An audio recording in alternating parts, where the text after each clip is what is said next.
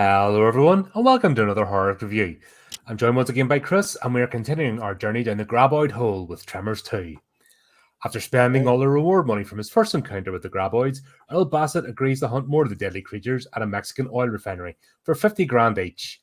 Knowing that he cannot face the monsters alone, Earl recruits Bert Gummer, another veteran of the incident in Nevada, to supply the firepower. There's only one problem: the Graboids have now evolved into creatures able to attack above ground. This movie was a direct-to-video sequel made on a budget of $4 million. Direct-to-videos. These are this is near. So I have a fun fact to start off with about this. So I did a wee bit of research, as they say. So it turns out there actually originally was a budget of 17 million that Universal had set What? aside. They wanted Kevin Bacon and Reba McEntire to come back, and it was going to be filmed in Australia. And then Reba McEntire was about to go onto a tour. I guess she had become pretty popular with her music career. That was Bert's wife in the first one. Oh yeah, She was Heather. yeah, Because those two were a great duo. They were So she blew up and became a big country singer. So she was going to do that instead of the tour, instead of doing the movie. And then Kevin Bacon had to decide between this and the movie Apollo 13. So he bowed out to do Apollo 13. Probably a good choice. But once the studio lost Kevin Bacon and lost Reba McEntire, they cut the budget down to $4 million, and they decided to go direct to video. So it could have been a lot different. It was similar scripts, but they had to change. They had to replace Kevin Bacon's character, Earl. They had to replace him with a Gable in this one. Yep. And we can talk about that when we get to that. So it did change a little bit, but yeah, it's a shame. It would have been a lot different. Well, with that being said, I don't feel this is disjointed. No, you get no hint that because we'll see it today. The minute one thing goes wrong, gets changed, the entire thing falls apart because it's got such a low bar when it comes to storytellers now. Yeah. This actually felt like, it was natural. It's what could have happened. It actually made sense. Yeah, and I felt like and the it budget, left the door open. Yeah, it felt like a continuation. There were some differences that we could talk about where I don't know if this one is quite as successful, but as far as like the budget, like it did feel like a continuation. It didn't feel like, oh, this is direct to video, so this is like even cheesier special effects, or this is slashed in half. No, it really felt like it was still a the film comprehensive style story, which cohesive. Yeah, exactly. Once again, Yeah, for budget. sure. I've been harping on about this since the year dot jumping on camera. If you've got a good story, you can get away with so much. Yeah. If you have if you have the basic storytelling right, everything else is just sprinkles on top. If you have good story and characterization, that the characters feel relatable and everything has everything makes sense, that you can follow along and you're not scratching your head or going, ugh. You can get behind it and you can forgive low budget, which this, like you said, this doesn't feel like it's low budget. No, this is, I think, like the third act. With the CGI, we'll get to that. That's but this had half the budget of the first movie, and I couldn't tell. No. Yeah. Because I actually felt like I ramped it up a bit. Yeah. I'm trying to think.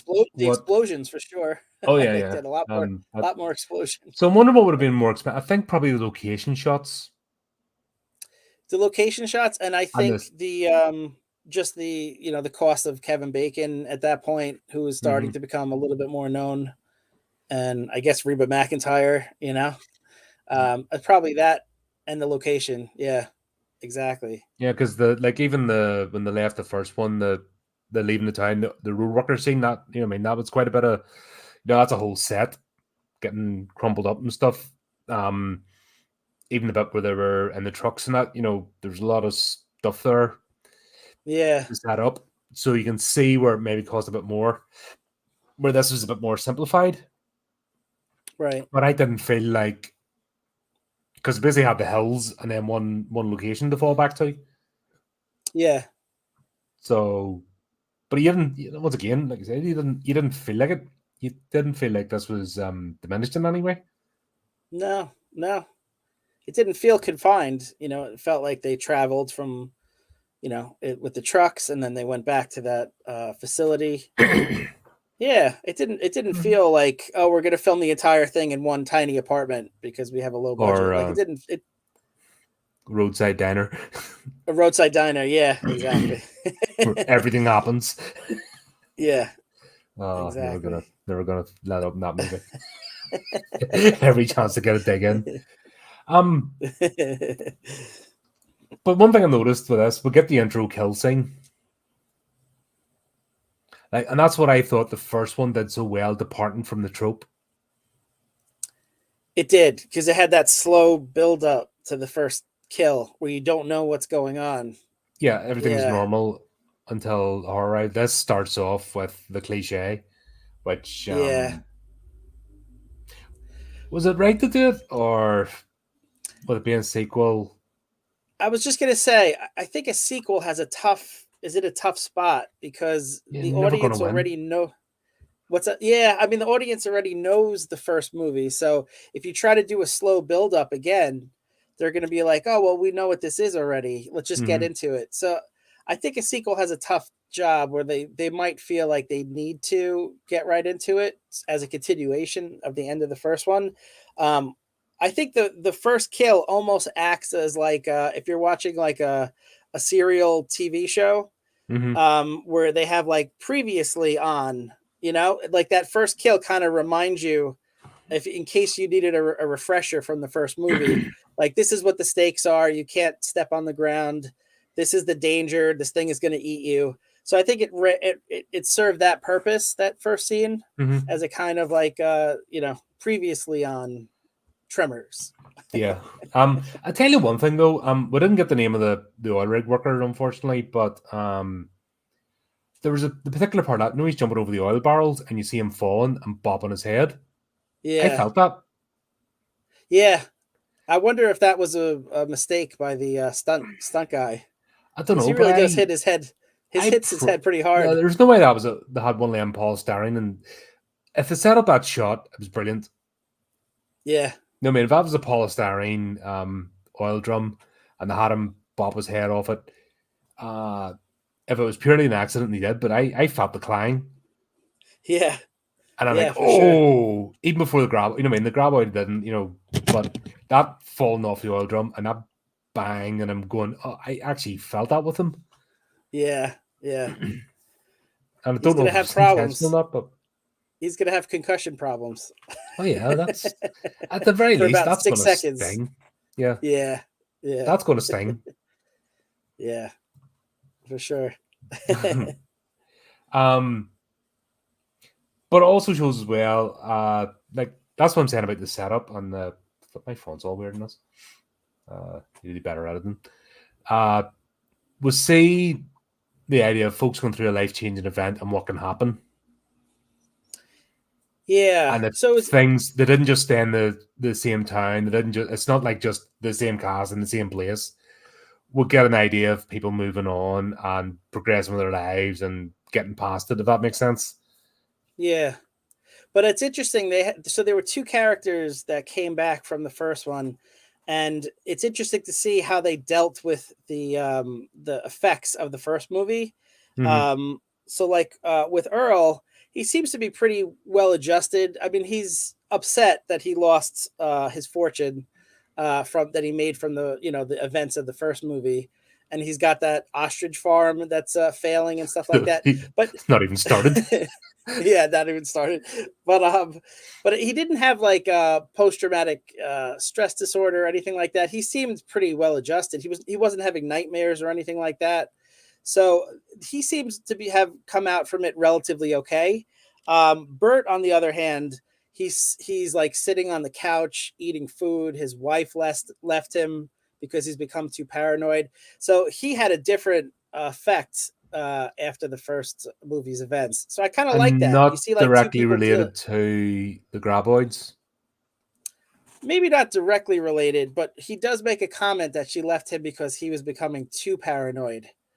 And you can kind of see why someone would become paranoid after, a creature tries to eat you through the basement. Yeah, but it was also put down, they said, the fall of the USSR, so that's true too. around about that Yeah, time, so he's been geared up for this. You know what I mean? We've lived through the 80s. We were all yeah, just waiting for the button to be pushed. that's true. We were kind of living on that, and you develop a real dark sense of humor when you're like, any minute the world could end. Some lunatic's going to push the button, and the big smoky things are going to come through the sky, and that's it. And Yeah, everyone was just itching. It's weird. Sometimes you're better just having the fight, because it seems to be it wears on people more, the waiting. And I've obviously known a few folks that it's not the actual action, it's the waiting for it and the constant, it's on the your fear. shoulder sort of thing. That's Hmm. what wears people down. Interesting. The fear of something is worse than the The actual actual event. thing itself, yeah. Yeah, yeah. It's a good point. Yeah. So I mean, but I did kind of like how they took the two characters and they had different. They were both in a different place at the start of this movie. So I thought that was good storytelling. Mm-hmm. Well, overall, like, not before we get into the details of it, what was your overall opinion on the movie? Did you enjoy it? Did Oh yeah, you? and, like, I've watched the well, now when I discovered I only watched the first 5 and not all of them, but I thought that was all of Yeah, them, kind of us. But I've watched these movies and they just get more ridiculous, because that's just the nature of it. Especially once it goes direct to the video, yeah, as we yeah, know. But this was a good sequel. It felt like a continuation. It felt like it's been a year or two since everything happened. It felt yeah. like things moved on. And the characters stayed in line with their characters. Which is important. Yeah, sometimes that they So they Bert try was to. still Bert. Yeah, yeah, Earl was still exactly. Earl. Um, that's vital, because why sometimes they make them and they'll either replace the cast completely and just use the story title, and it's nothing even remotely like the original, or they'll change the characters that they're not even, like, who am I watching? That's not who I watched in the first one or Yeah, previous movie. Like, who's this I'm watching now? And that gets really annoying. it definitely does. I think sometimes they do that because they want the first movie's events to matter. So when they do a sequel, they want the character. But if the problem is that Oh, he's frozen. We broke him. We broke they change Chris. the character too much in the sequel, the whole reason that someone's going to see the sequel. Am I back? Yeah, you're back. Oh, let me know when I'm back. You're a bit wobbly there for a second. Oh, okay. Sorry about that. So you're saying I was just people gonna. they don't Oh, want to sorry change about too much. They that. want this first one to matter, and Right. when folks are going to watch, you were saying something about them wanting to see change. Yeah, like right. They don't want to change it too much because you're going to the movie to see these characters that you like, Mm-hmm. but they do want, you do want to see that they are affected by the first movie. Otherwise, the first movie almost doesn't matter as much. So Yeah, it's a but tough balancing act.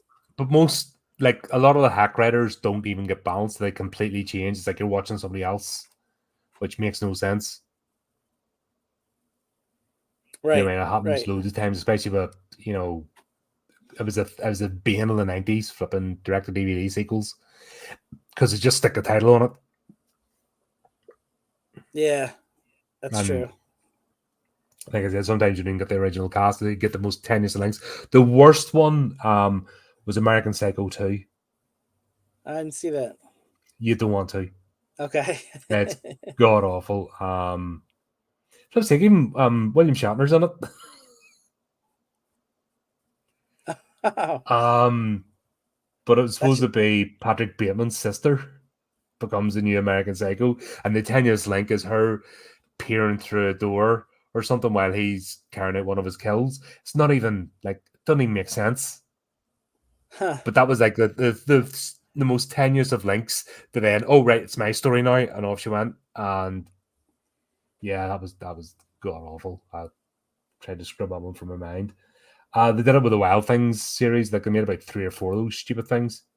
Species, they did it with Species as well. That one I actually did see. Yeah. What, all of them? All species?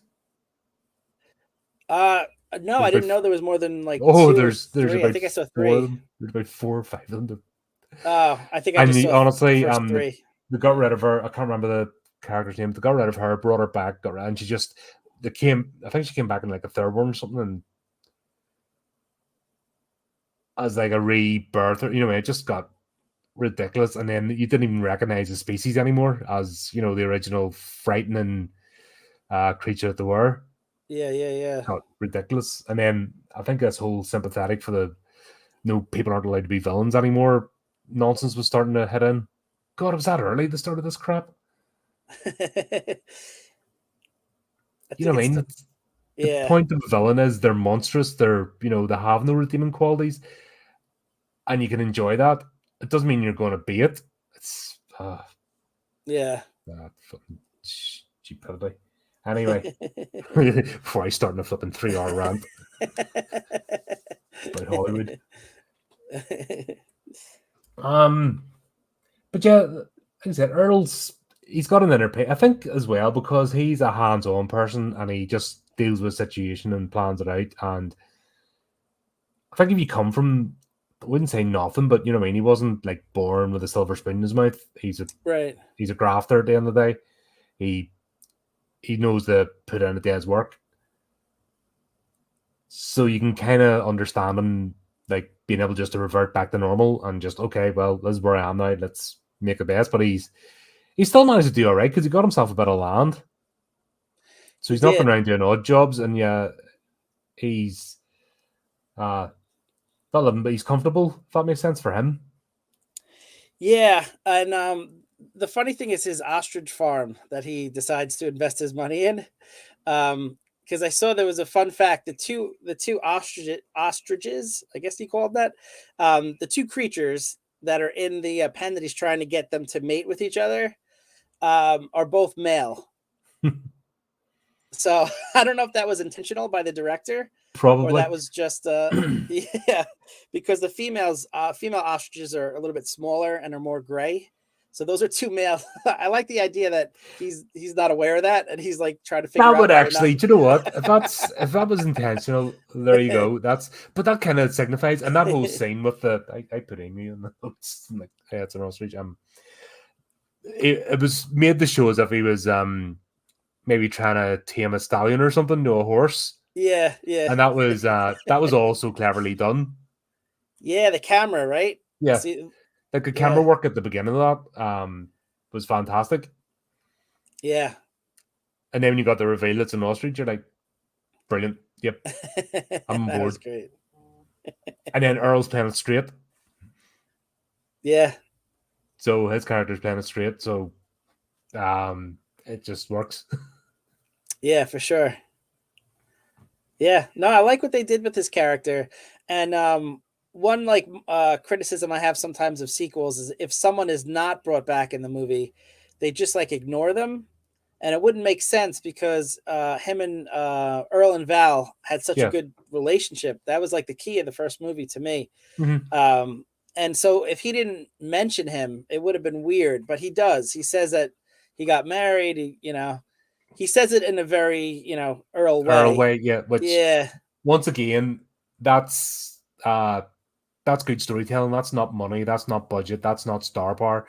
That's just basic good storytelling. Yeah. Where, yeah, like I said, that's why I hated that whole era. That was the beginning to the end. This whole direct-to-video sort of sequel shite, that just jumped in the back of so many properties. It's funny because everyone's acting now as if the whole straight to streaming and bad versions of good properties is a new thing. It's like, nah, it's been going on for years. It just seems to be more like it's the norm now, as opposed Yeah. to at least these things had a good movie to start off with and you were getting new ideas. Yeah, you got about 6 bloody sequels that were shit, but at least you had that one good idea. And Yeah. then usually the Sci-Fi Channel got involved, and then you had this other guff. Oh, I can't wait. I can't wait to see where this goes next. This, have you seen Sharknado? I saw the first one only. It was Right. silly. Yeah. Well, right. So this is kind of where this franchise is going. It embraces the silliness, but you don't feel awful, if that makes sense. Yeah. Because it's the only way you really can go. Yeah. Because you've got the shock and the scares and all that kind of stuff in the drama, which we got in the first one. No, you still get it, and that's the thing. It didn't, um, it's not complete level. You still get a bit of I don't know, impact of the I situation. yeah. I was gonna ask you. I actually think the shriekers, I think they're called, the ones that Hmm. small ones that walk on the ground.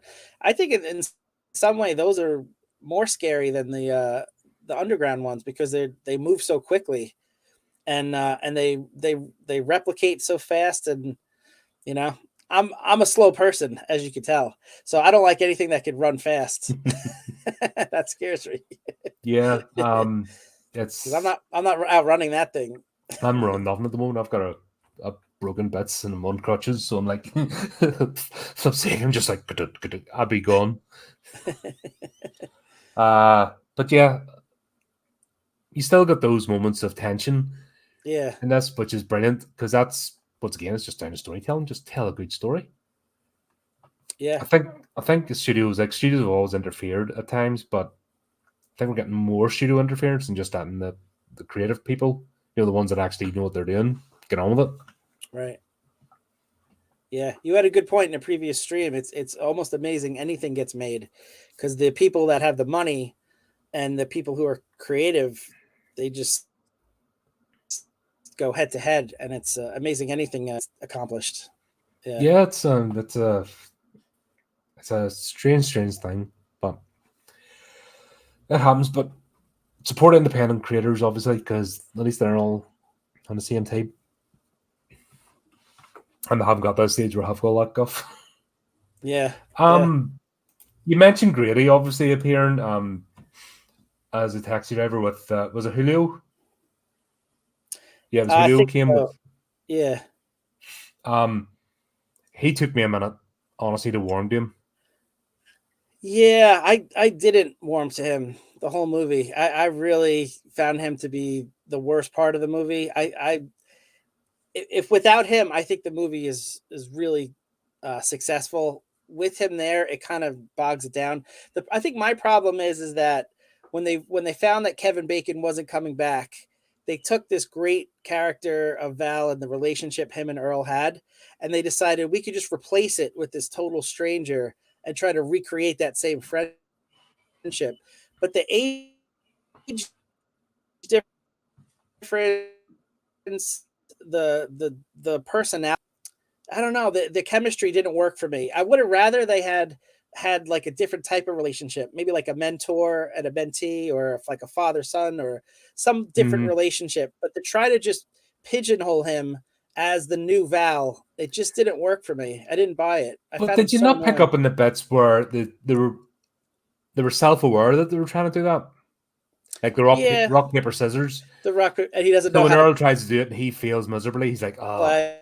And when he tries to do some other stuff, they fail. So Yeah, yeah, I think it was a bit, because if I had had them just jumping in together in that same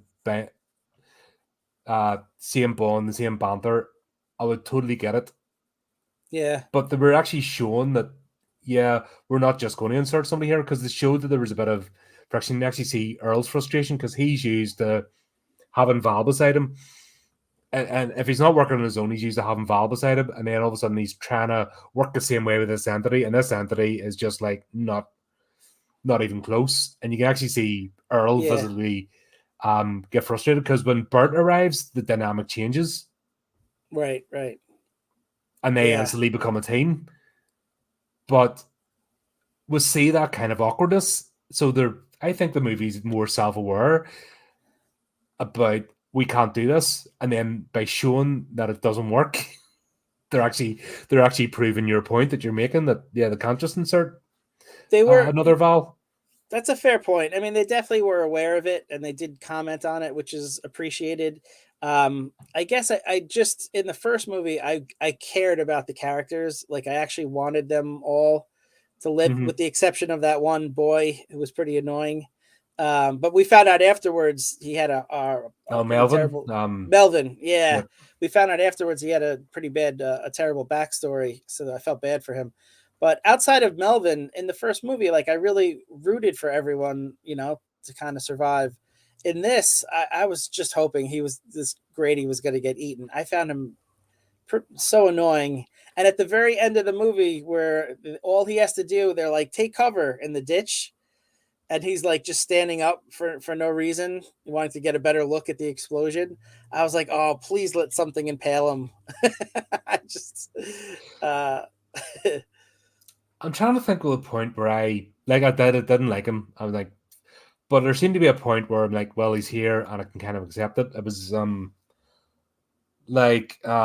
Earl and Kate are checking each other out and getting he bursts in, I'm like, oh, for fuck's sake, yeah, you knew that was going to happen. It's like, go and get eaten, would you? yeah, But I think because he twigged on and he's like, oop, better give you guys space without, he kind of said it without saying it, if that makes sense. I think that's a bit that turned me, because if you had just been like, blundered on, yeah, I would have, there was a point that they made him, he's a bit aware of the situation, that, oh, right, he's interloping and, the formation of a relationship, if that makes sense. So that gave him some points. So a kind of less cool as opposed to warmed. yeah, Like, honestly, if he got wiped out at any time, I would not have been upset. And I can't remember, like I said, when we go to part 3, I haven't watched season so long that there'll be a new experience again. 1 and 2 I've watched ad nauseum. yeah. Is he in 3? Is Grady I in can't 3? remember. That's what I'm saying. Oh, okay. So Yeah. it'll be like I'm watching these for the first time because it's been so long since I watched the other sequels. Yeah, yeah, yeah. That it'll Oh, that's be. But good. the first 2 I've watched like the death. They're I think the 2 of them are brilliant in terms of like continuity of a plot, characterization, and just telling a new story as well. So it didn't have to just be the same thing over again. Right, right. Gotcha. Yeah. Hmm. But yeah, Grady. I was like, they're trying to. If he had been Melvin, if he had been a grown-up version of Melvin turned up, would that have been better? I think I would have appreciated that more, because at least it was someone that we were familiar with, and this seems just kind of ham-fisted in a way. Um, If it had been Melvin turned up, hero worshipping Earl and all that, and because he had lived through it with them, yeah, and he went out in the world, even though taxi driver, but still, he went out in the world. He got out of the valley. He found himself a wee bit more self-reliant, but he was still that hyper annoying kid. Yeah, that would have worked better. I think so too. Yeah, that's just the only bit. Yeah, the character of Grady is the only bit where you feel like, oh, we need to put something in here, and they weren't too sure what to do. Right, right. Because if it had been another older, like you made a new partnership and the person was called Hal instead of Val, if it had been something like that, which movies Yeah, have done, it would have been really frustrating. And like I said, yeah, if they had it off in the spot and they were doing all the things, this rock, paper, scissors, and the same banter, it would have been yeah, annoying. for sure. But I mean, you have a younger character, and Earl is almost like a grizzled veteran. That was an opportunity to show character growth, where Earl takes Mm-hmm. on like a role of like a protector, and he's Yeah, trying to passing the keep this kid torch. alive. Yeah. Yeah. I feel like that was a missed opportunity, where they could have done something along those lines, as opposed to try to make them friends, buddy buddy again, like the first movie. It didn't work for me personally. No, I get it because it did annoy me a bit. But like I said, it was just sort of a bit. He became a wee bit redeemable, and he was tolerable as a character. So Okay. I wouldn't have been upset if he had got wiped out. But at the same time, I wasn't like seething at the screen. Do you know, like some of those characters, you're just like, would you fucking die already? Like Yeah. slasher movies, they always have that one character that gets on your nerves, and they don't kill them until the 4th or 5th one. Gotcha. And Yeah. you don't want them to survive, and they're going to go, and they just keep stringing along. It's not yet, it's not yet. And then when they finally get wiped out, you're like, yeah. He wasn't quite that bad. Yeah. Um, because he did in the end become a team player, Okay. and I think it was the arrival of Bert. If Bert hadn't been in this movie, it would have been completely different. Yeah. You're right. That changed the dynamic for sure. There was a point in the dynamics, and he kind of became. Yeah. He just lifted and carried, and he sort of behaved himself. Yeah. And he was on screen less, or he was in the background less once Bert came. He was more of a helper as opposed to yeah. Trying to be, oh, I think you're brilliant in your face. Where when Bert arrived, he kind of stepped back a bit, and it worked. Yeah, yeah. If there hadn't been that, I think this would have been a completely different movie, and it would have been unbearable. Yeah. Because I was struggling with him as a character at the start. Yeah. I still found him annoying throughout, but you're right. He did take a back seat, so he wasn't as noticeable in the second half. Yeah, and that's you can live with that if that makes sense. Yeah. Especially if you've watched as many sequels and shitty movies as I have, then you've seen this trope played out to the backs. Yeah. And it's just your eyes are bleeding watching it going, oh my God, why am I watching this? Who suggested this one? And check through the chat so I know who to swear at. Exactly. who submitted this foul filth onto me? Curse you and your name and your ancestors, your descendants. It's usually Cam, right? It's usually Cameron. Don't ever forgive him for freaking. What was that, underwater? Oh God, why did he do? What did I do to upset him so much that he stitched me up like that? Fun times. Yeah, I liked Kate's character. She was she could have been another Rhonda, but she wasn't. Yeah, I know they're trying to go with the same beats, but I think it kind of this is where it sort of teetered on this could be another direct, just retell the same story again and change the location slightly. I think Kate stood on her own as a character.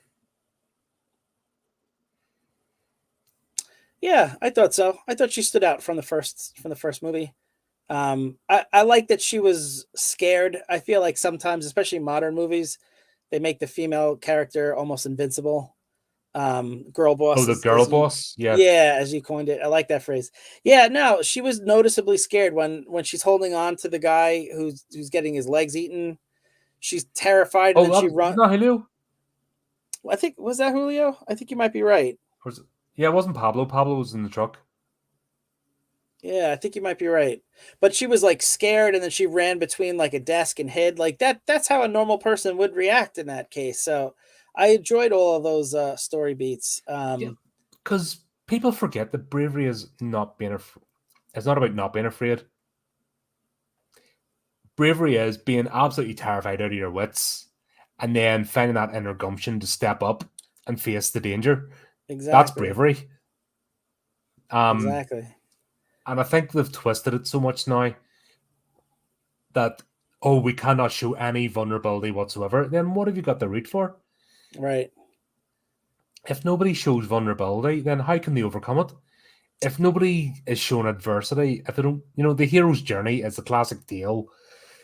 The hero meets adversity, they get beaten, they go on the quest, they learn, they grow, they come back, they defeat the adversary that defeated them in the first place. Whatever their flaw was, they discover it. Right. That's the hero's journey. That is any story, any genre, that's the basics. Yeah. And once you depart from that, you're in, people aren't clever enough. Let's be honest. Most people in this, they're just, they're almost drones. They're worker drones just churning a lot of stuff out in the industry. Yeah. Like you said, if you're not scared, then you can't be brave because you have nothing to fear. Mm-hmm. So you have to be scared to be brave. Yeah, absolutely.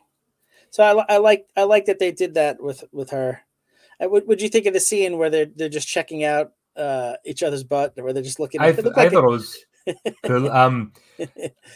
The old twatter mob would be screaming at this. Nah, nah, nah. But they were checking each other out, so they were showing a bit of oh, I like you, I like you. When people used to, this is how the human species carried on, was people went, I like you, and somebody goes, I like you back. Let's Yeah. let's make babies and carry on. You know what I mean? That's kind of how we're still here as a species. If it wasn't for that, you know what I mean? It did remind me of like a 1980s Blue Jean commercial, but I thought I thought it was funny. I liked it. You Yeah, but it needed was humor in it. They did have enough humor that it works, you know? that's you need the moments of levity. That's the whole Yeah. point of even in like real stringent horror movies. If you have too much, and I've talked about Spiral was one, and God, actually, Insidious, A Red Door. I'm just thinking of recent examples where there's so much tension that you need a moment of levity, and Right. sometimes it's unintentional. Like in Insidious, A Red Door, the ghost being sick scene was just so comical. Like, Oh, I didn't see that one. Okay. Okay. yeah, it's only come out there last month. Oh, okay. But the ghost going, blah, you know what I mean? I was buckled. I was just like, blah, but that's the moment of levity because then it brings you back down, and then you get ready for the next emotional scene. Right, right. And any director that can play those parts out, or any writer that can, bring you up to that point of tension, but you can't leave you up there. If you're left up there constantly at that point of tension, then you become numb to it. Right. That's a good point. Um, Excuse me just 1 minute. I'll be right back. all right, gotta go another thing. Yeah, so when I talk about moments of tension, it's like when somebody has PTSD, they've been overwhelmed and they shut down. It used to be called shell shock. So if you keep getting taken up to that point and you don't get to come down from there, your brain shuts down in self-defense. So believe it or not, even in a depiction in a movie, art is playing on your emotions at the end of the day. You're not watching a documentary, completely different experience. So you're going because you want to feel something. And I know there's so many people out there, ew, for the high art, and they're talking about movies. You're like, no, high art's high art, and there's that's why there's certain type of movies made, and they're very niche, and that's why they never get the full wide stream appeal because yeah, you can have those sort of movies. They are for a niche audience, and that people get that sort of experience from them. That's fine, but most folks we want to go and want to feel something. So if it's a horror, we want to feel scared, or if you're past the point, at least you want to feel a bit of tension. But you need to be brought down. So that's I think where the sort of titillation, the whole sexual titillation comes into horror movies because that's a way of triggering another emotion from you, and then that's bringing you down from the tension. Then when you get the tense scene, you go straight back up again, and then it's about how long do you stay up there before coming back down. So it's all about balance. Um, it's it's easy to get right because you see so many movies that do, but it's also just as easy to get wrong because there's people that try it and they don't understand. They think they're better than the audience. I think if you're any form of creator and you think you're better than the customer or the audience, then that's when you get in trouble. It's like I do this. I'm just reacting how I feel about a movie. There's obviously I have fine folks like Chris and all on because it can be boring just talking to the camera on your own as well. It's good to have somebody to bounce off. But there we haven't 100% agreed. We've both got something different out of this movie. Both opinions are just as valid. Do you know what I mean? There's no reason to fall out over it. There's no reason to like all of a sudden hate each other because we don't agree with the movie. And you've seen he's like movies I haven't, etc. That's why. And I've had multiple folks on that we don't always agree. That's the purpose. We get different things from movies and that's why it's always good to have Apologize. their opinion. But where a lot of these guys go is they think they're better than the audience when they write this. They're trying to write for their peers, not for the customer. And when you do that, you're going to fail. And there's so many, like this sequel was sailing a bit close to the wind, but I think the writing managed to keep it and make it its own thing. That's why I particularly enjoy it. Because yeah, Kate comes out and you think, oh, so when Kate comes out, I'll just bring us back to where we were. She's her own character. She's not another Rhonda clone, which would have been boring. She's established. She's got her completely different context. she's not a student. She's not idealistic. She's lived life. Self-assured, so she brings a different energy.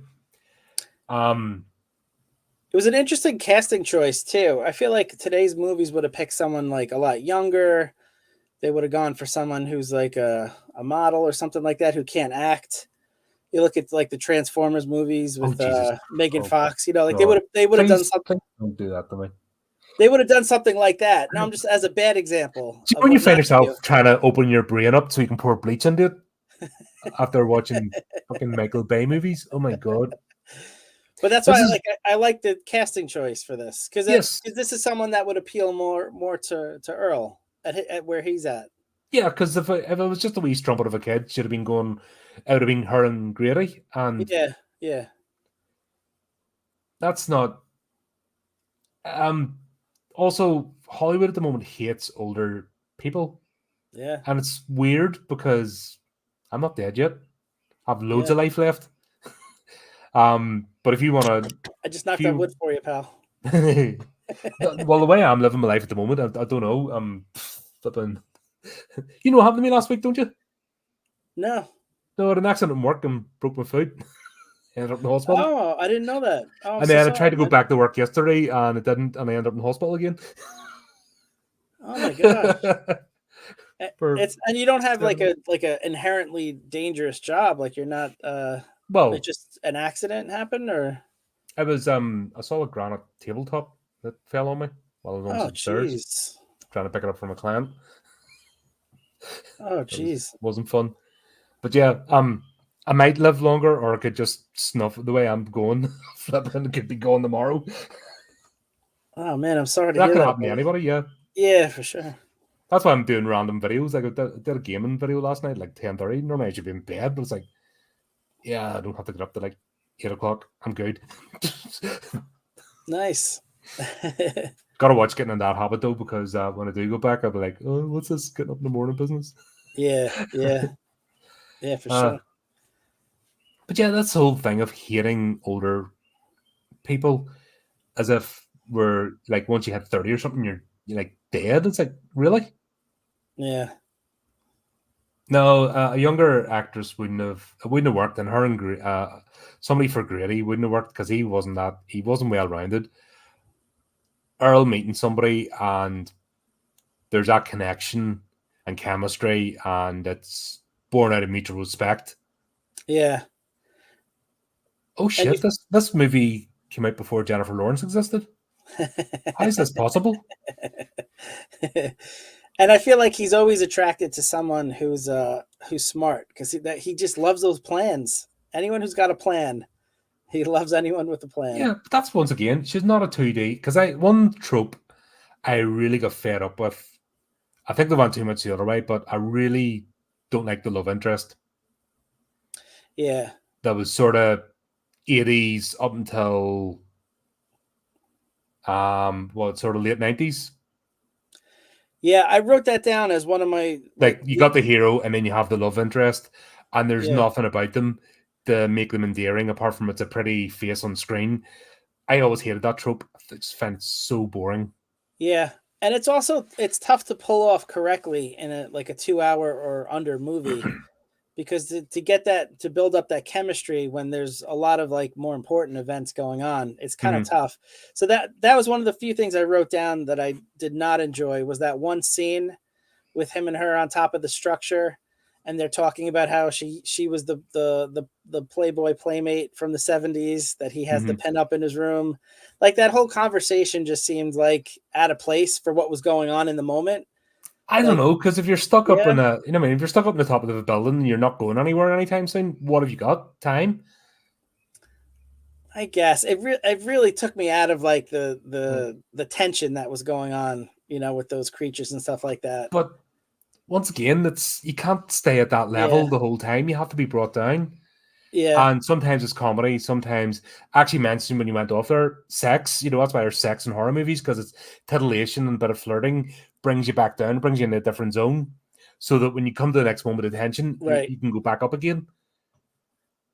And plus, that's similar to real life. I do agree. Yeah, I agree with you that you got to take the tension down. I just think the comedy works better than the flirting, but maybe that's because I've been out of the game for so long. I've been married for almost 20 years, so maybe Well, you're, I just you're, I don't remember what flirting is anymore. well, Maybe that's the problem. that's your problem I because know, I know. you've got someone to flirt with.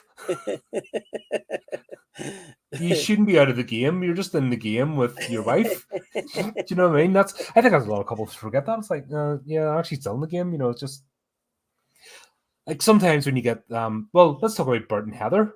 Yeah. There's a power couple, and they even had moments of, oh, yeah, do you fancy a bit of it in the first one? Because they got themselves excited. Yeah. Do you know what I mean? They So, love and this they've stuff. been together since forever. That's So, true. to me, having those two, they won't stop flirting with each other. Morticia and Gomez. That's a good example. There's a couple been together for a long time, Yeah. and they're always flirting with each other, so it doesn't stop. Yeah. Just because. But I think Sorry. those were Anything else you'd like to add to the marriage counselling session? From the expert here, because I've done it a couple of times. I'm brilliant. I know all about marriage. Okay. First bit of advice I give is don't take advice from me. Hey, what yeah, I know nothing. Shut up.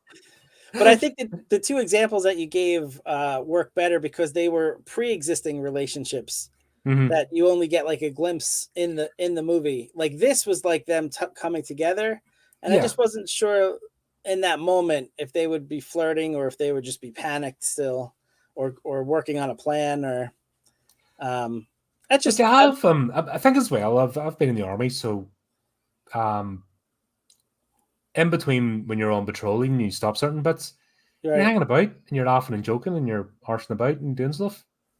Yeah, the comedy Hey, part. The yeah, comedy but works good. Yeah, not the um, flirting. there's some nice lady medics go out and Oh, patrol with you. are they? Oh, okay. I'm not gonna just let's just say it happens. All right. Yeah. All right. You win. I don't. Let's I. just say it happens. I remember a certain time in a certain ferry hidden somewhere on top of a tank, but That's a different stream coming soon. that's behind a paywall, and you have to like Yeah. preview over 18. God, I would not sure how them stories. Bad. I was a bad man. I was a bad man. But I'm glad I'm not in my 20s anymore. I was a silly person. But yeah, I don't know. I didn't feel it was forced because I actually thought Rhonda and Val's one in the first was a bit more forced. Was more okay. At least you're seeing these two talking to each other and come together, where Val and Rhonda were more like strangers, and then it was just like for the last minute, he's like, "Oh yeah, I want to date her." All of a sudden, I thought in the first one actually I was a bit more forced than this one. That's fair. That's a fair point. Yeah. I don't know if you did you band it in the first one? I think neither one really worked effectively as a relationship in the events of the movie. I thought in the first one, I don't remember them having like a long flirtatious scene. Like if anything, in the when was it Val takes her pants off, like there's like a look or Yeah, something but like there's not that. even anything. Like that was just Right. purely practical, and That's if she had just been cutting around the rest of the movie in just their pants or panties, why do you go from pants to panties instead of trousers and knickers? I don't know. Yanks are weird. But anyway, there wasn't that. You know what I mean? The fact that they got her dressed again, when it was appropriate to do so, stuff it worked. Just showing yeah. that what you're prepared to do to get out of a situation. Right. But yeah, I didn't get the chemistry between those two whatsoever. And then Yeah. I thought it was a bit forced at the end. This, I was seeing it. Okay. Okay. I mean, they did give you some moments, some breadcrumbs leading up to it with they're looking at each other with the jeans. Like they did at least, it wasn't like nothing and then all of a sudden that one scene. Yeah. So I respect that they were leading towards something. But It you just wasn't, find that scene on top of the building just a wee bit. I, How did it done? But what could it have done to make it better? just in my personal Yeah. opinion, if they had just moved that scene like a half hour earlier it would have been good. At that point in the movie, from what I remember, there was like a lot of action, a lot of Yeah, they'd all come out and they'd found all the food supplies, so they're like multiplying like mad and just yeah. And Julio's dead in her arms. It just seemed a little odd to be flirting, but like you said, I mean, that sometimes in a key situation that the stress level is high, like it's you know maybe it makes more sense to to do that because the stress is so high and you need a way to deflate it. There's what was the book I read? There's a lot of books about like MI5 and stuff and operatives, and especially during the Up Banner Northern Ireland conflict where I was from, and people were saying that there'd be a male and female operative out and they'd be sitting staking out a place, and out of nowhere they'd just go and shag each other in the toilets. Oh wow! They would just go and do it because there was no even chemistry, but just because of the stress of the situation. Yeah. They would actually just go and do it, and just it would be, where did that come from? And then it'd be like it never happened. Right. Sex is a weird, what I mean? Human emotion is a strange thing, and how people react. And that's one thing horror does really well. It plays with that. Yeah. If you ever read James Herbert books, like A Fog, some of his, he does it. He does a lot of like mass hysteria books and like plague books and stuff, where humanity effectively goes to pot. And one thing he plays with in his writing is how different folks sort of react. Like it's The Fog, is it? Is that The Fog? I can't remember because I keep mixing up with the Stephen King one. I think it's The Fog, that people are still lining up for the bus to go to work, even though the whole world's went to, everything went. But that's their mania, how their brains have just dealt with the situation. They just carry on as normal. Yet there's no bus coming because it's 2 meters up the road, burnt out, and that's interesting. It's just a funny thing how people deal with it. Yeah, that's fair. It was a wee bit on the knuckle, her being Miss October 1976 or whatever. Yet it worked. Yeah, I like that it was a callback. Like she did the wee pose, like as a joke, and you didn't lose any respect for her as a character. No, because she was older. She obviously had a good job. She was smart, so she didn't just rely on. And she wasn't like terribly ashamed. She made a wee joke about it, that thing. And right. Why can't they write characters like that anymore? Yeah. Oh, that's right. The patriarchy. We all hated women. That's why we love watching these silly me. I can't. I'll always make fun of the fucking wee brats today whining and crying. You're like, go away. Yeah. I don't blame you. But I was more excited for Bert to come back. Like Bert returning for this. Just if he hadn't been in this movie, it would have died a death. Yeah, you needed that. That burst of energy, and I love that he comes with like his truck filled with all these things that he got from the Mexican army for free. Yeah. And he's like, "That's all you asked him for." yeah. Which was a good point. I was thinking the same thing in the beginning of the movie. Like if they're giving you unlimited access, to here's the toy cupboard, and you're like, I just want this. Yeah, exactly. So I thought that was a great line. Then Bert said that. Yeah. And then I don't know, was it a warhead or something? And Grady's like, "What's that?" And he's like, covering it up. No, that might be for my personal collection. Yeah. Warhead.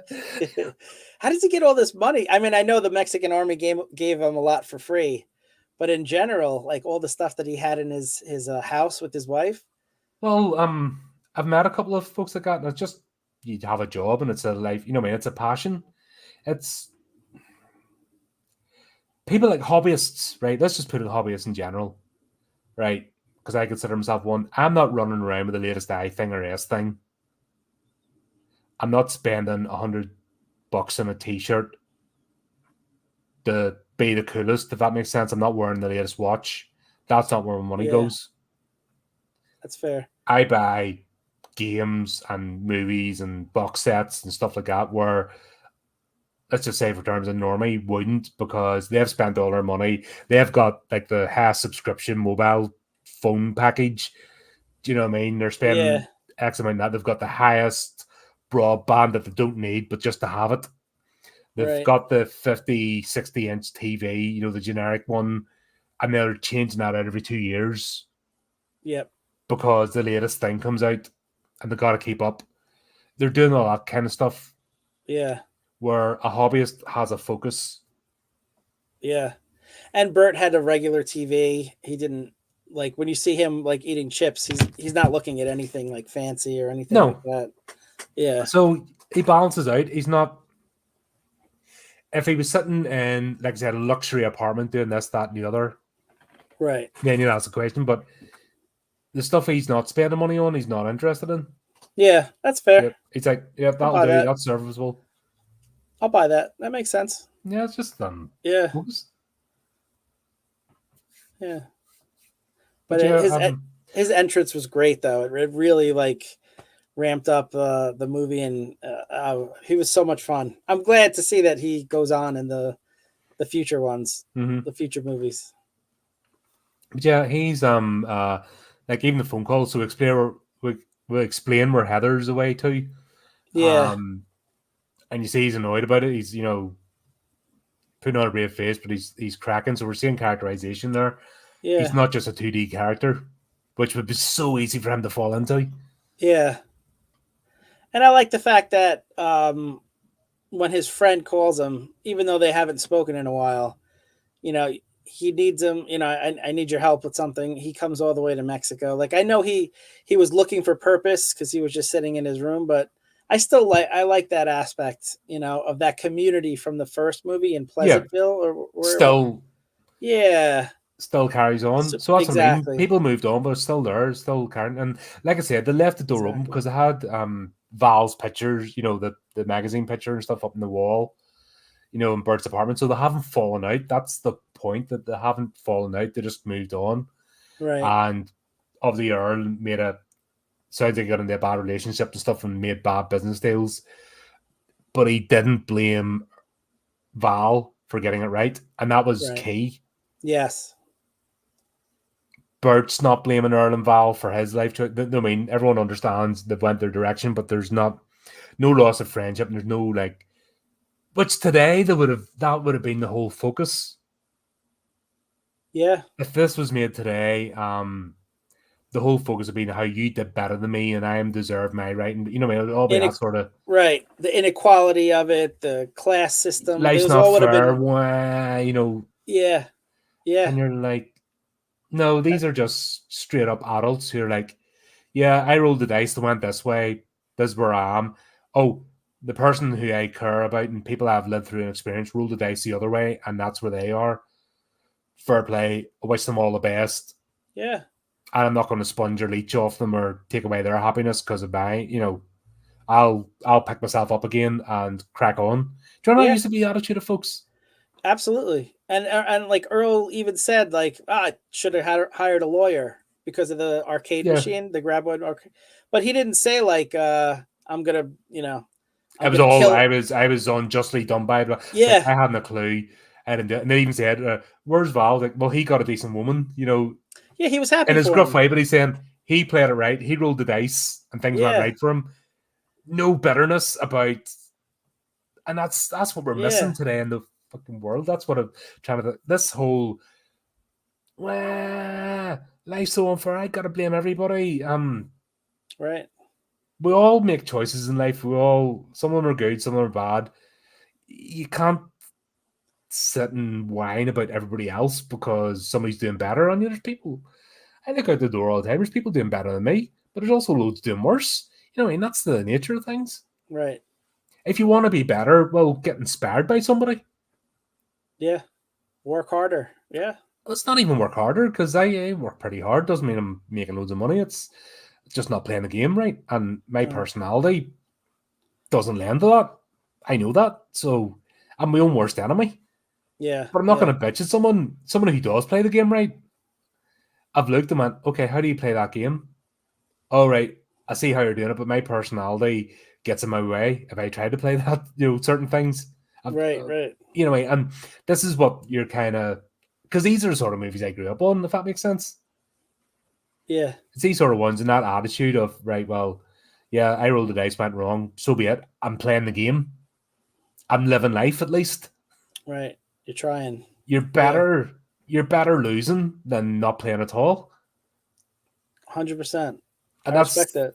That's whole underland. I don't even know if there's meant to be a message in these movies, but that was just the characterizations. That's the sort of people. That's why you can watch this today and still enjoy it. Where there's movies made a year ago that are already dated because they're just nothing. Yeah. Well, I did think there was a subtle underlying message in this movie, and I have a theory about that. Are you ready? Have you changed your fracking message to oil and gas? No, it ties into that sort of. Right. But I always have to have a theory. I have to have like a little like gong. Okay, so today's Chris's theory. So I think the message was about, in a subtle way, about like nutrition and about eating, the food that we eat.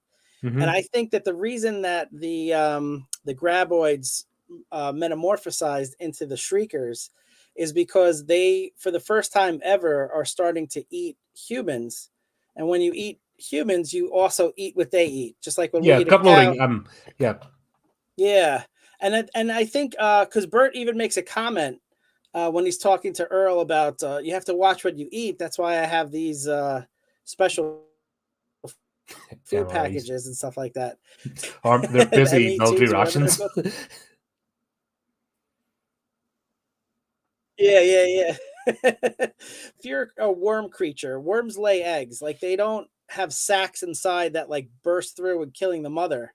So I think like the shriekers were they were bursting because they were changing too quickly. So I think as the graboids started eating, go ahead. Right. So we haven't actually got. Let's keep that. Okay. Let's put a pin in that because I haven't got there yet. Yeah. Let's go back because we've kind of bounced around a wee bit, and we'll try and get the movie to sort of line up because the metamorphosis. I was actually wanting to talk to you about that because we see, and I think you've hit the nail on the head in some way about the dramatic, why it was so dramatic. Yeah. Where these creatures have been around, as we've discovered, since before any other creature. Right. So ancient world, modern world collides. But the whole reason Hulu arrives up and Grady's his driver is there's an oil refinery in Mexico, and they've started to encounter the graboids. And because the incident in Nevada reached world news, everybody knows about it, and it lends to the fact that this could happen anywhere. So it wasn't just localized or they weren't trapped. This is a worldwide phenomenon. Right. They offer to pay him 50 grand each because even though they've got the army and stuff and they've got people, they don't have expertise, where that's the difference between modern military does it today. That might seem far-fetched, but the modern military does it today, especially special forces. They will hire local trackers. Makes sense. People who are experts, they're not afraid to do that because that's how you don't. It's arrogance to think you know everything. Right.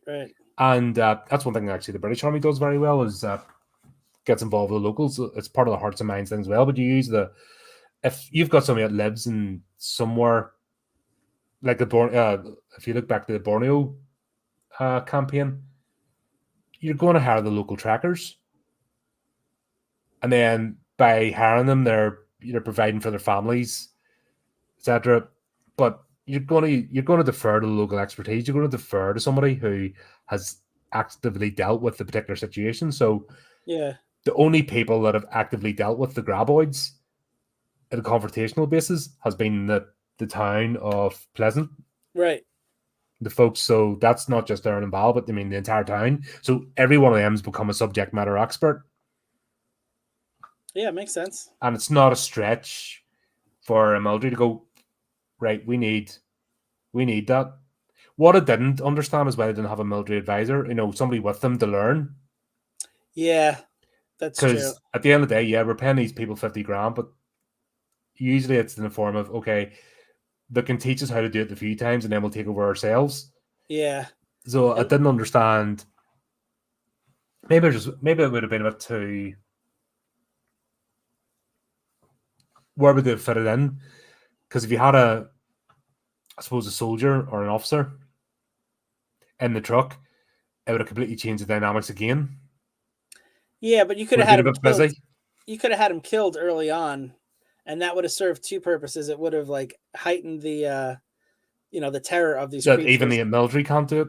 Right. Yeah, exactly. And also it would have showed that like if one of the military got killed, I don't think the other military would have been in a rush to go check it out right away, you know? I think that would have been a good story beat to include. Yeah.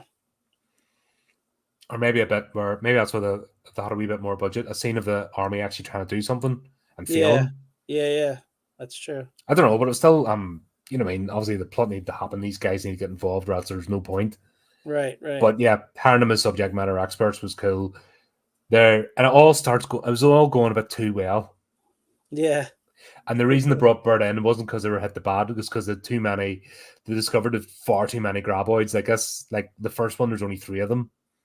Right. And that's Harry's town. Here, there's like 20, 30. I mean, there's like herds of them going Yeah. about the place. And they're like, we can't keep up to date with all these, and then they bring Bert in. Yeah. This is the bit where it all changes because even Earl saying it, this is going too well. You don't understand. These are smart.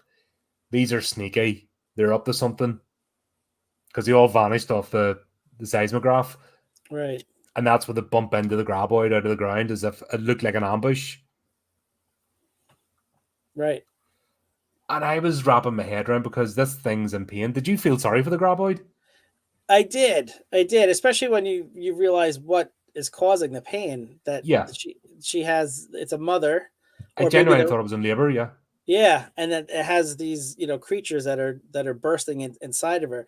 So worms lay eggs. So my thought is that these creatures are growing too quickly, where she doesn't even have time to lay them as eggs. They're just growing and bursting before They're she can actually even. hatching inside her as opposed to. Yeah. And I think that makes more sense because if these things were around since before the dinosaurs, like evolution always keeps the mother in place as a protector or nurturer until the creatures are, like almost every species, the mother is around after the birth. So it wouldn't make sense for these creatures if this was always the way they give birth for them to die in childbirth. It just doesn't make sense. So I think that's the reason. So then you start to wonder, well, why are they growing faster if it is different? And this is how Zen feeds into your theory, because My theory with this the is the bit food. where I'm like, this is not normal. This is actually a tragedy. And even Earl was going, no, I don't care. But he, once again, this is where good characterization and a good actor, he's actually doing the gruff, I don't care, but he does. Yeah. Because if there were shriekers in the past, then when Kate is holding the fossil, she would have held something that was related to the shriekers. But no, the fossil that she held was for the graboids.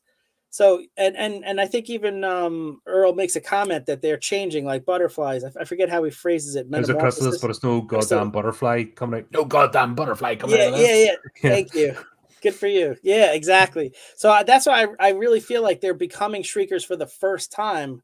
So why would they change after millions and millions of years? It's either like the air, they're getting But I think it's the food. I think that makes more sense because they mentioned that with the food, how quickly they replicate.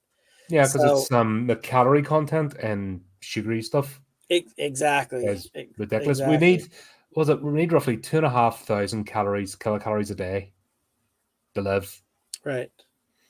Those ration packs, I think it is probably the same for the American as British, but a 24-hour ration pack has about 5,000 calories in it.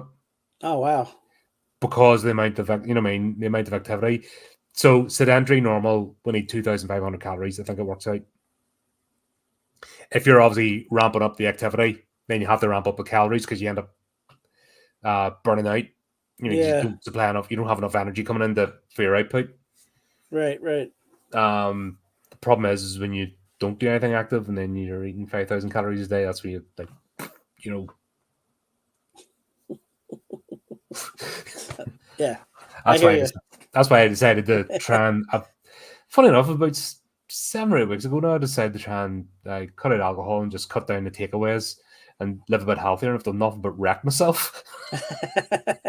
I'm like, have I made right choices here? Everything's screaming at me. Just go back to boozing, son. Go back to boozing and eating shite because at least you weren't in hospital. Yeah, that. What's the thought that counts? Yeah, that's it. Yeah, if I just think healthy thoughts, it'll be okay. Yeah, exactly. But that's really an interesting thing. Oh, greetings, Vals. How are you? Welcome, Twitch. Hey, Twitch wins today. Nice. Twitch wins the competition today. Come on, YouTube and Facebook. Keep up. Yeah, I was hoping our Tremor Saga people will be back, but Yeah, oh they God, might I watch. had to reply to their. They sent me an email and I had to reply to them. So it didn't flip off. Sorry, I've just my head has been this week. Yeah. Sorry, guys, I need to get back to you. I follow their channel and they've really in-depth videos. Like we're only playing on it. Oh, that's awesome. Those folks are like deep down the rabbit hole there. Yeah. Well, they'll probably watch us after the live. Yeah, I'll check out their channel. That's yeah, cool. I need to. Yeah, actually, I need to give them an honorary mention because they jumped on last time. They're great, and I followed them on Twitter now, and That's awesome. yeah, the tons of stuff and the all the outtakes and stuff like they're subject matter experts. If you want to really get deep into the whole Tremors saga, Yeah, we're just doing it as laymen, right. but those guys go behind the scenes and everything. Like brilliant stuff. That's cool. Very cool. But yeah, I was feeling sorry for the Graboid. I knew something drastic was happening. Yeah. And I likened it to, do you know how people now, they like this human arrogance of we are the apex, we're the tip, and we can never be pushed off our perch sort of thing. And so much so that we're deigned to be the masters of the world sort of nonsense. Yeah. So then there's the minute there's one shark attack or a crocodilian and everyone loses their minds. Yeah. And then it was actually the thing that really pissed me off about people were back in the day. Do you remember Steve Irwin? Yeah, sure. Yeah. Right. He could kill by a stingray. Stingray, yeah. And dickheads who claimed to be A, Steve Irwin fans, and B, wildlife fans went out killing stingrays. Which is the opposite that he would want. Completely opposite. Yeah. It makes his whole message. Yeah. And you're like, what window are you licking while you're watching a guy? And how can you claim to be a fan of something? Because he'd be horrified if he saw what you're doing. Right. In fact, I think even the family had to make a statement because it was just like, what are you retards up to? Yeah, yeah. There's this whole thing of just because something's more powerful on you, you must hate it. Right. It's like, I'm handy, I can look after myself a bit, but I'm not taking on the likes of Mike Tyson. Right. Like that bloke genuinely, like I remember watching him in the ring and he genuinely frightened me as a person. Like just, that was one powerful human being. Yeah. Right. Did it mean I hated him? No. I fucking idolized him, thought he was brilliant. Flaws and all. There was an example of like one seriously focused, powerful individual that if we got into a spat would just rip my head off and leave me spread all over the place. Yeah. Talk about an apex predator. Yeah. Yeah. For sure. Don't hate him. You don't hate someone like that because of it. You know what I mean? You admire them and go, and then you show maybe a wee bit of respect. Yeah. Yeah. That's that sort of thing.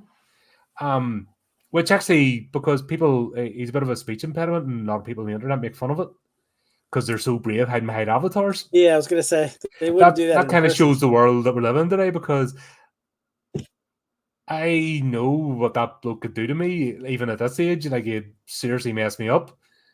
So there's always that respect there. But then to get behind an avatar and go, I'm gonna make fun of you, me, I'm so brave. Yeah. This scene kind of shows human attitudes, if that makes sense. Right. Because it flips it all on its head.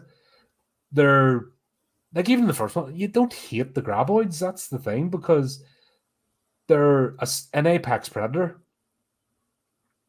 They're not malicious or evil. They're clever, and they're just at the end of the day looking for food. And and just happened to be that they've bumped into humanity. Right. And like I said, bumping into humanity, it's the ancient world versus the modern, so things have just ramped up. Right. It's not Freddy Krueger torturing people in their dreams. It's just a creature. Yeah. Looking for food, like you said. So that's it. And in fact, if you're on rocks, if you're not in their hunting area, you're all right. Sort of thing, you know what I mean? If you don't encounter them, it's like, I'm not at the moment swimming in the swamps of Florida, so I don't need to worry about alligators. Right. So that would be me sitting going, you must wipe every alligator off the planet. Well, it's not bothering me. Yeah, exactly. It's just that, you know, sharks, other apex predators, just people have this thing of, oh, this thing's dangerous. It could take me out, so I must therefore hate it and make it the villain. And once again, it's sort of translate as well in the people. Oh, this person's more competent or have more ability than me or more powerful.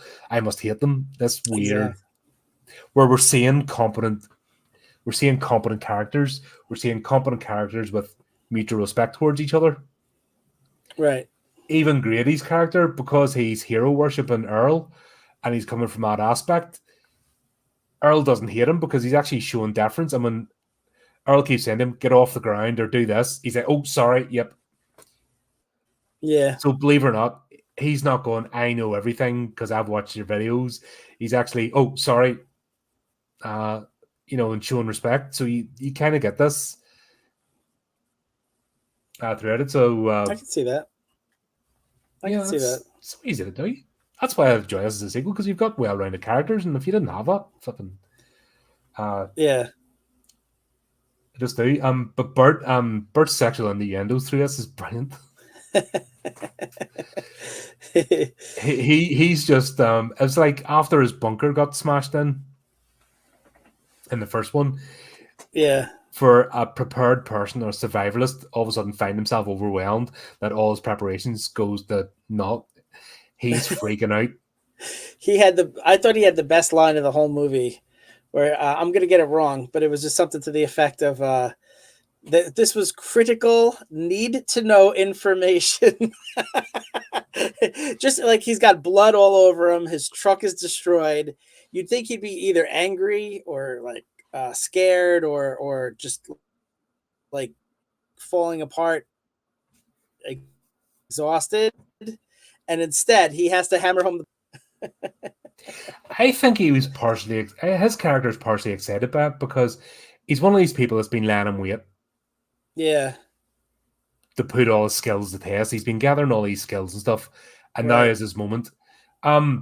People don't understand soldiers. I know he's not one. He wouldn't have survived in the military anyway because he's, you know, can't go to the system. How the hell I lasted, I don't know, but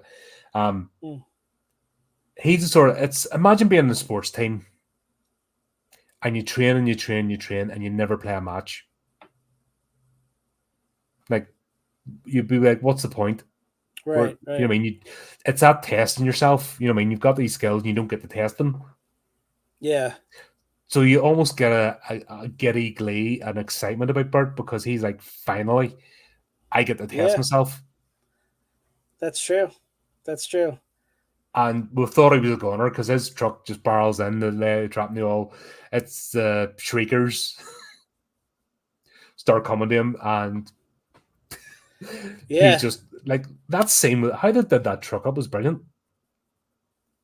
Oh my gosh, yeah. And the smoke coming out of it, explode. And yeah. That's great. And then even the way they did him up, like that believe it or not, that's brilliant special effects. Yeah.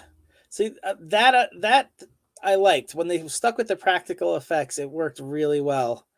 When they decided to try the CGI, dip their toes in the water with the CGI. Oh God. And you know, the funny thing about that is I saw in like the behind the scenes video I found, this, can you hear me okay? The special effects were done by some of the same people that did Jurassic Park. That's what they said. Mm-hmm. And I was like, did you get like the interns? You didn't get to hire people. Yeah, getting it wasn't, got all the security guards. Yeah. What a weird link. Yeah. They're like, I worked for I worked for Jurassic Park. I worked on that. Yeah, I served a coffee.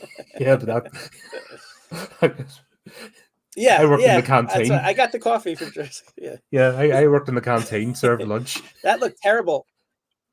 Exactly. Yeah, those are the people they got. Because when they were jumping on top of each other, it was That pretty was brutal. awful.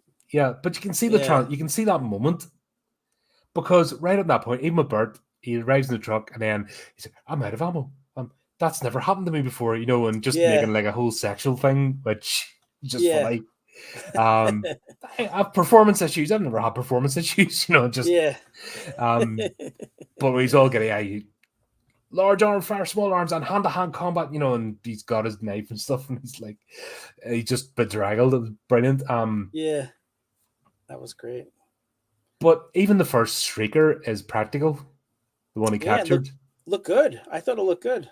And then the second one that fell from the bottom of the truck was practical. Yeah. Did we get Chris approval of the tongues this time? Yes. Where's my tentacles? stamp? My stamp. Stamp of approval. Were they more to your liking? Yeah. They listened to my criticism on your great channel. Then they went back in time to 1996 and they fixed it. Fixed it. Yeah, this is much better. I like it.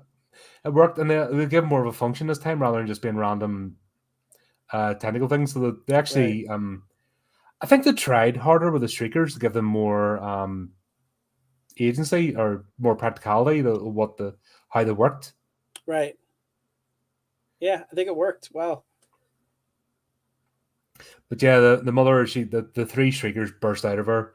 Obviously, something's went wrong. There was never a reference made to it. And that's what I like because it wasn't explained, so you can make up your own theories. I hate it when a movie leaves you no room whatsoever to imagine.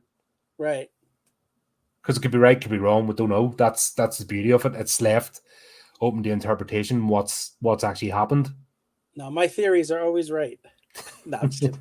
I'm just kidding. Yeah, that's the only thing I could think of because it wouldn't make sense for that to be their evolutionary way of giving birth, to leave these tiny creatures unprotected if the mother dies every time it gives birth. Mm-hmm. So that's why I think that they were changing because of environmental effects. Which in my case, I think the food is what was the change, and that would make sense. Yeah, because they've never encountered us, so. Yeah. Where they've been, the fact that not only this is just happens to be at this time, that's when they've started coming into human settlements. Yeah, which is pretty scary if you think about it. Like from the mother's perspective, these things are growing so fast that there's no imagine if that was a human and the baby grows and screams. That's scene. It was a rubber puppet. It's a rubber puppet. But once again, you've got that whole, this isn't right. Yeah. And it went on just long enough to make you feel uncomfortable. Right. And even Earl, you saw him starting to shake his resolve. I hate them. Oh, this thing's in pain. That's not right. Yeah. Because once again, there's a difference between survival and killing something outright or torture. I think those people get that conflated. If you're hunting for food, most hunters will tell you they want a clean kill. Yeah. You have to be pretty fucking broken in the head if you want to maim something and shoot it and have it damn and agonize and scream and there's something honestly that's where you need to go in a padded cell and not interact with not even just humanity but any other living creature. Right. It's not. I mean, we're not normal. Even in wildlife films, they're not torturing each other. You know what I mean? It's like I know the show. What was it? The show Land Cubs. I think sometimes there's a trapped wildebeest and it looks like they're playing at it, but they're young and they haven't developed the skills, and that's why the parents basically let them try and take it out. But once their instincts kick in and they figure it out, the thing's gone. Yeah.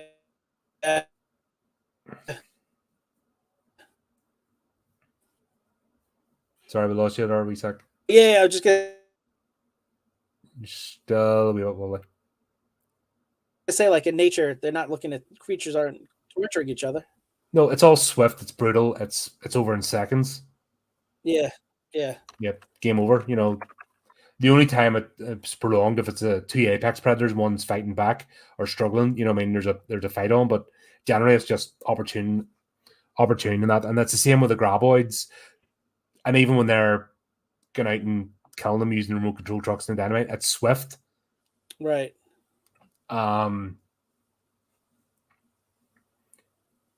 So that scene, you know, something's went wrong. Yeah. Yeah. But yeah, it goes from that, and then even with the capturing this first shrieker, I don't know, the second one has dropped off the back of the truck. That was about the sets up the final act. Yeah, I love that final act too, where they're all in the building, and someone has to go in, and Earl decides to do it again. You know, that was awesome. Yeah, but that's again, and that's where you were saying that you thought they're trying to insert a new Val character. They sort of were, but they're also aware that because he does the rock paper scissors and then he tricks him. Yeah, yeah. And it's like you don't actually. I found there's a video reel out there. There's loads of them. All the rock paper scissors scenes in the entire franchise. Oh, that's cool. So somebody's went and stitched them all together. Oh, that's cool. Who doesn't know how to play rock paper scissors though? But it was funny. It worked. It was funny. Oh well, right. But yeah, we'll wrap us up quickly and that you. I know it's but yeah. Final scene, they're trapped, they're eating all the food, just growing exponentially, faster than it should. And then as we get the awful CGI, which changes the tone a bit, it just ruins it a bit. Yeah. It takes you out of it. It takes you out of the fear of that moment. Yeah. It does well, but then that's I suppose it's going to cost an absolute fortune to do multiple versions of this. Right. And because of slashed the budget, I can maybe see where they've went that direction. But yeah, $4 million is tough. It's tough. That's a tight budget. Yeah, everything just ramps up, and then, like I said, we've got the similar trapped at the top of the buildings. These are follow them, so they can't even hide there anymore. They're showing how these things are more dangerous. And everything has to finish up with a massive explosion. Because that was a good explosion too. It was. That's where most of the budget went. I was gonna say that was $3 million out of the $4 million was that explosion. I was just hoping Grady was gonna get in the middle when he stands up, you know. Yeah, like, just something through the head. Yeah. Or one lands on him. But these aren't that type of movie. These are more lighthearted. Oh yeah, that's it. And you got to remember when you're watching these are not meant to be taken too seriously, but yet they still manage to have grown-up themes and a bit of a, I wouldn't, not even moral message, but just state of mankind, how you can deal with things and how you can overcome adversity. You know what I mean? And that's not a bad message to put out there. 100%. I think the success of the movie was the relationship to me of Earl and Bert. I think if Bert wasn't there, this movie kind of fails. Would have tanked, right? It would have been a pale imitation. Yeah. So I'm a little nervous now with this next one because I know Earl is not in it, to see how are they going to make you care about the other character. Obviously, we want Bert to succeed. He's the best. You know. But I'm wondering going into this third one, you know, how they're going to try to build those relationships where you care about them. Yeah, that'd be interesting. I think that's part of the success of the first two. Yeah, it wasn't budget or anything else or special effect, just pure characterization. Yeah. We've still got the link to the second one. So now we're going to, because it's been years. And I've probably only, these ones, the first day I've watched multiple times. It's like House 1 and 2. I've watched them ad nauseum multiple times. And the other two, not so much. This is pretty much the same story. So I'm going back into uncharted territory because it's been so long. That's exciting. It'd get fresh eyes on it. Yeah. Oh yeah. That's sometimes you get a picture in your head and then you forget. Yeah. Or you weren't paying attention the first time you watched. So it'll be interesting to see. But yep, we'll definitely we'll dive into the third one. That's the next in the series. Looking forward to it. Chris, I know you got to shoot off here. So thanks as always, man. Always appreciate you. Great to have you on. These are so much fun, man. I'm looking forward to the next one. These are great. Love talking with you. Yep. Right. Thanks, right, folks. As usual, keep up to date with the channel. Do the typey clicky things. Until next time, keep it creepy, keep it horrific.